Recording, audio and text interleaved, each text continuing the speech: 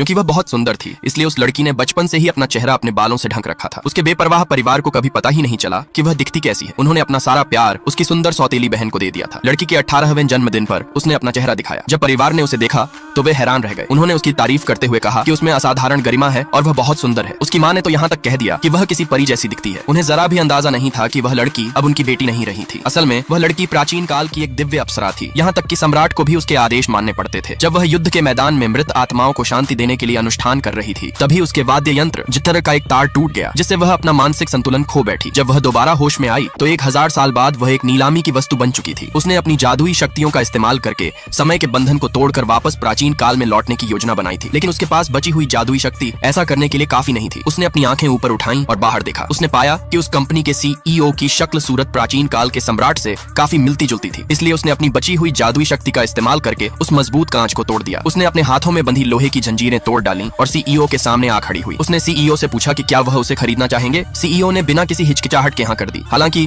उसे खुद भी समझ नहीं आ रहा था कि वह उस लड़की का आदेश मानने के लिए इतना विवश क्यों महसूस कर रहा था। जब CEO के सहायक ने उस लड़की के बारे में छानबीन की तो CEO को पता चला कि वह लड़की एक अमीर परिवार की बेटी है जो बचपन में कहीं खो गई थी और तब से अपने परिवार से दूर रह रही थी। 1 साल पहले ही उसके परिवार ने उसे ढूंढ निकाला था और वापस घर ले आए थे। अपने कम आत्मविश्वास के कारण उसे परिवार में कभी कोई खास तवज्जो नहीं मिली थी। CEO ने साफ तौर पर महसूस किया कि वह लड़की बहुत ज्यादा घमंडी थी। उसके हाव भाव से कहीं से भी ऐसा नहीं लगता था कि वह किसी तरह की हीन भावना या असुरक्षा से ग्रस्त है। ठीक उसी समय जब वह उस लड़की को वहीं छोड़कर आगे बढ़ने ही वाला था, लड़की ने देखा कि CEO एक पुरानी और गंभीर बीमारी से जूझ रहा है और अगले ही दिन उसे उस बीमारी का एक जानलेवा दौरा पड़ने वाला है। सहायक को लगा कि वह लड़की CEO को परेशान करने की कोशिश कर रही है और उसने CEO की तरफ से उस लड़की को सजा देने का मन बना लिया। लेकिन तभी एक अप्रत्याशित घटना घटी। उस लड़की ने सहायक की ओर इशारा किया और उसे वहीं का वहीं जड़वत कर दिया।